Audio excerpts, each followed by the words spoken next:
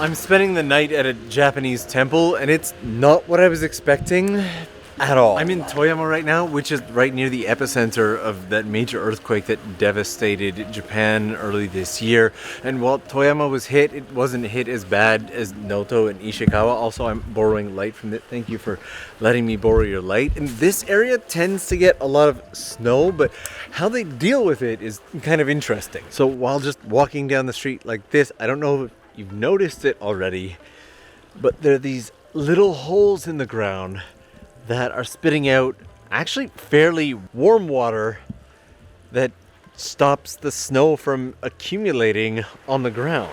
You can hear the water running underground there, and it seems to work beautifully. In fact, the bullet train, the Shinkansen that runs through this area, uses the exact same technique, spraying water on the tracks. I'm from Canada. We just salt the road. We salt everything, and it actually does a lot more damage than it's really not good for things. Snow keeps starting and stopping, but I wanted to come out and enjoy it a little bit before settling in for the evening and enjoy all the back streets. Toyama easily has one of the best collections of hidden back streets and secret little spots of pretty much any area of Japan.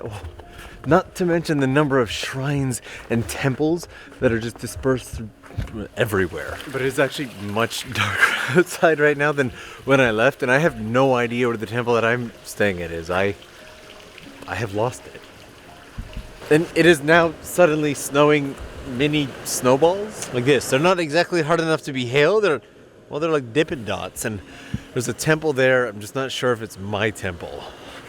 My temple had a bell.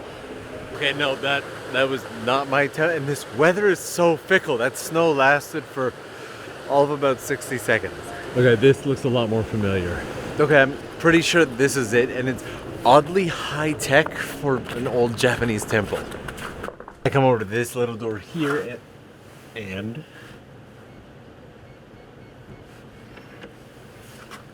do I just push it? I just push it. And let the temple stay begin.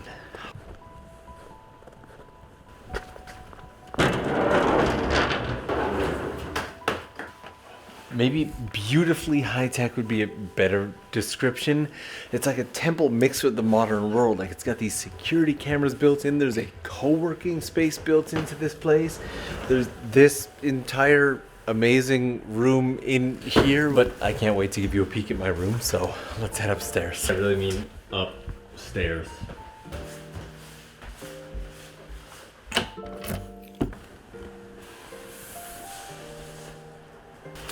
Isn't this wild? This is not at all what I thought of when I booked a temple stay. Oh, I also have a desk, so we can sit down and have lovely little chats about things like how I keep injuring myself. 5-second verbal gore warning. I was sharpening a knife the other day. You can see where this is going. And I slipped and cut off the entire side of my face right down to the bone. And yes, I'm aware that I hurt myself far too often. But let's take a quick peek at the room. That's more than just what you see here. Right near the front door, I have my own performance stage and a little storage space under here. I have 3 beds, a lantern, and if you've ever seen any video of my studio, you'll know I love these. And slightly restrictive door height notwithstanding, I absolutely love the bath area. That's just a really nice bath. Mind you, this space feels unnecessarily large, especially considering you may have noticed there's no toilet here. The toilet isn't, oh, I forgot about that step. The toilet's not far, it's literally just right there, and it is really cold out here. That's the other thing. Usually places like this in Japan are going to be freezing cold, but this room is incredibly warm. It has an air conditioner right there. Tomorrow morning's activity is going to be the coldest. There are some temples that you can stay at and do what's called shukubo, but it's usually not actual beds and mattresses. They'll lay out futon, and there's what's called shojin ryori, which is the food that the monks would eat. I want to try in these pajamas. I went here to have some meetings and do some video shoots to support the area, especially after the recent disaster. I had a very different video plan for the beginning of this year, but Japan got hit pretty hard, and when I was asked if I wanted to come out, I jumped at the opportunity, and then finding out that we get to stay here was just kind of the icing on the cake, especially with everything coming up tomorrow. So what do you think? Perfect? It's perfect, isn't it? It's perfect. I just realized I am the exact same colors. It is camouflage, and it is incredibly thin is what we're gonna this here. Okay, I thought this was gonna be more like a Japanese like hanten, but it's like a cardigan with ropes. What do you think? I think it's a little bit less camouflage than it was, and I almost tripped there. I think I might actually feel bad. I have no those floors are slippery. I have not enjoyed a nice Japanese bath in some time, so I'm looking forward to this. I'm also a little hungry, so while I wait, I'm gonna snack a little bit, which means this next section is going to be both sponsored and delicious as I give some love to our sponsors, Tokyo Treat and Sakura-ko. Now, if you don't know them, they are both subscription snack boxes, with the biggest difference being that Tokyo Treat gives you up to 20 exclusive limited edition and seasonal flavored Japanese snacks that are only available in Japan for a limited time. I love these. They have Hapitan this month. These were one of my favorite snacks when I first came to Japan. For a Japanese snack, the flavor in these really packs a punch. These Kyushu Karamucho chips have like a tomato flavor. They're almost like ketchup chips. While Sakura-ko supports local Japanese snack makers, and each box comes with 20 traditional, authentic, and artisanal Japanese snacks, including teas and always a special piece of tableware. I actually really want to try this cacao sencha tea. Hot water's downstairs though, and I know it would match this dorayaki.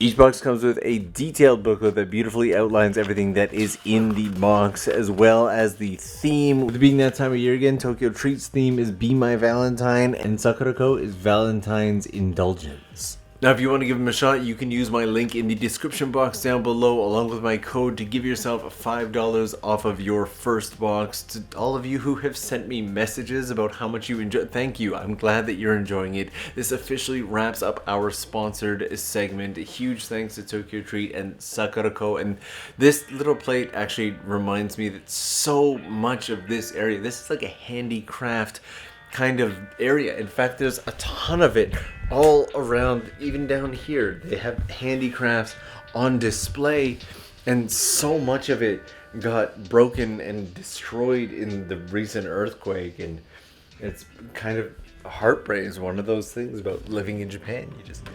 You struggle to keep nice things, and it looks like the bath is just about full. Steamy. We're gonna have to make it a quick bath though. Very early start tomorrow morning with a breakfast that was described to me as being made with the love of a Toyama mother. Then we finally get to explore the temple grounds, and the map of this temple is insane. The entire thing looks like a labyrinth, one giant Zelda level. So I'm admittedly, I may be a little overexcited about my temple stay. I have wanted to do this for so long. I'm gonna jump in the bath, and I will see you in the morning.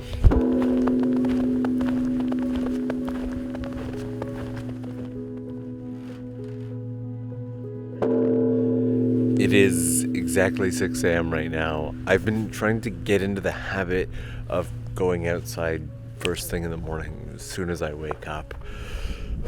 It's it's a cold habit. Toyama is also home to the Fureai Sekibutsu no Sato, the stone statues that we visited a couple years back, as well as the shamisen maker that allowed us to do like a walkthrough of his entire. And we got that beautiful Kokyu performance as well. You know, I'm gonna link both of those. I haven't been back to Toyama since then though.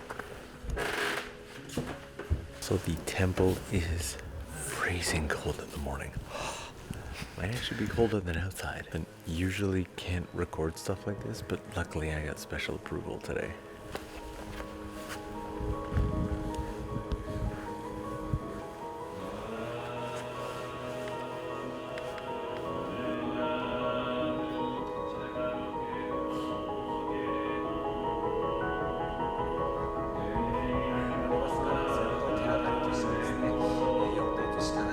was a very new and interesting experience. I did not expect the entire sermon with a whiteboard. I actually really got pulled into it was a very interesting time. If you ever have a chance, I highly recommend it.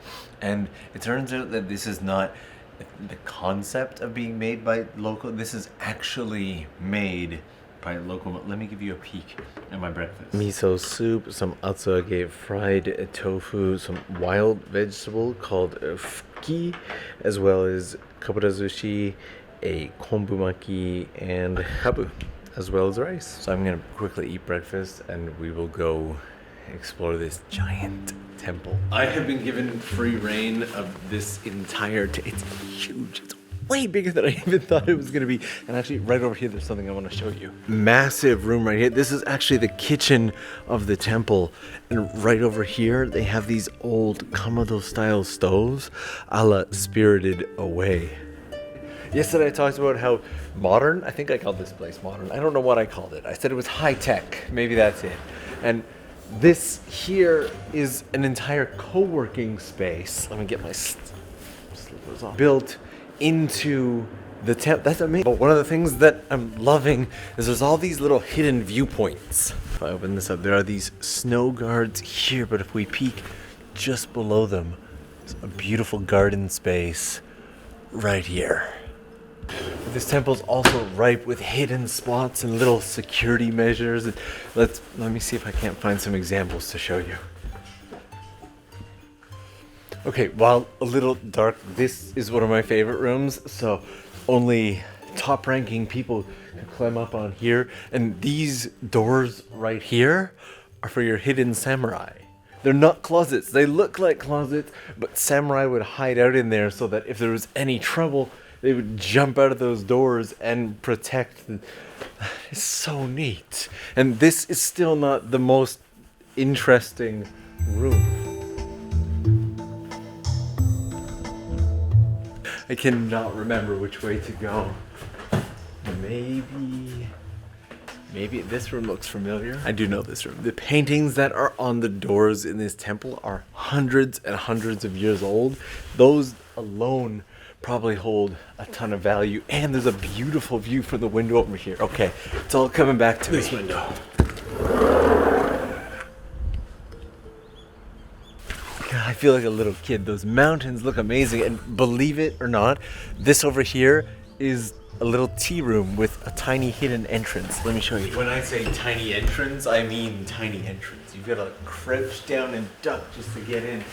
And then you then have to duck again to come in here. But this was a tea room for samurai, and it still doesn't compare to their entrance. Let me show you. The entrance is actually this tiny little door right here. Like, here's me crouched down for scale.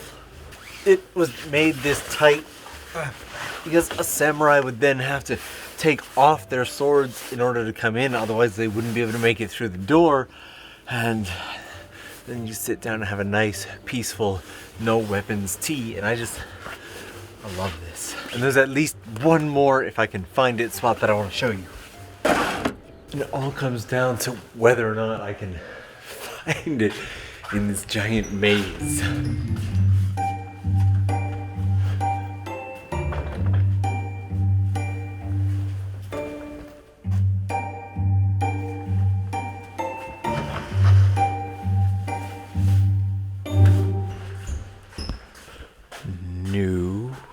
Okay, I see red carpet. I think I'm heading in the right direction.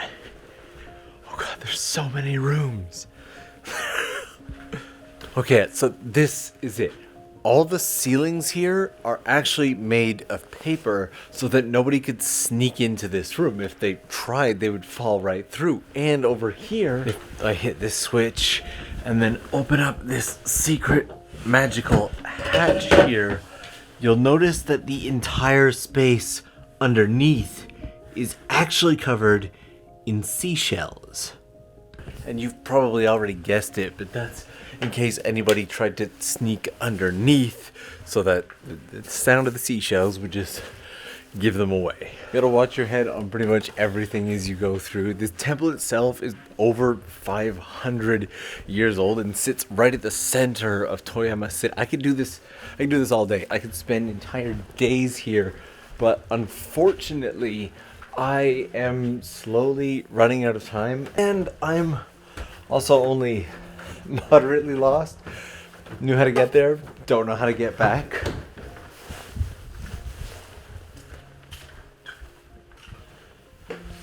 Not that way. Everything breaks off into so many different directions. We'll go this way because it's brighter. This almost certainly was not the right way.